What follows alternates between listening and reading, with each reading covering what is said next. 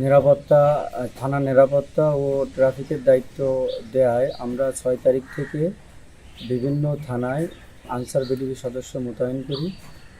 গতকাল 7 তারিখ বিভিন্ন জায়গায় তারা যখন দায়িত্ব পালন করে, তারা বিভিন্ন গোপন তথ্যের ভিত্তিতে আমাদেরকে কিছু ইনফরমেশন দেয়, যার দরুন বিভিন্ন এখান থেকে লুট হয়ে যাওয়া কিছু অস্ত্র বিভিন্ন জায়গায় থাকে। সেখান থেকে আমরা একটা 7.62 চাইনিজ রাইফেল, একটা শটগান উদ্ধার করি।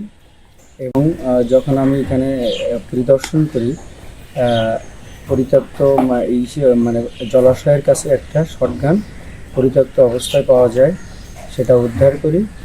সাথে সাথে আমি আজ যখন থানায় এখানে আসি, সে ভিতরে আমরা যখন দেখি বিভিন্ন জায়গায় কিছু অস্ত্রের খণ্ডিত অংশ এখানে পাওয়া যায়, যেটা অগ্নি দেওয়া হয়েছে, যে অগ্নি ভস্মীভূত হয়েছে, সেই লোহার কিছু অংশ আমরা এখান থেকে উদ্ধার করি। এছাড়া আমাদের ফেনী জেলার কিছু কার্তুজ আমরা বিভিন্ন জায়গায় ছড়িয়ে থাকি দেখি, সেগুলো আমরা উদ্ধার করি।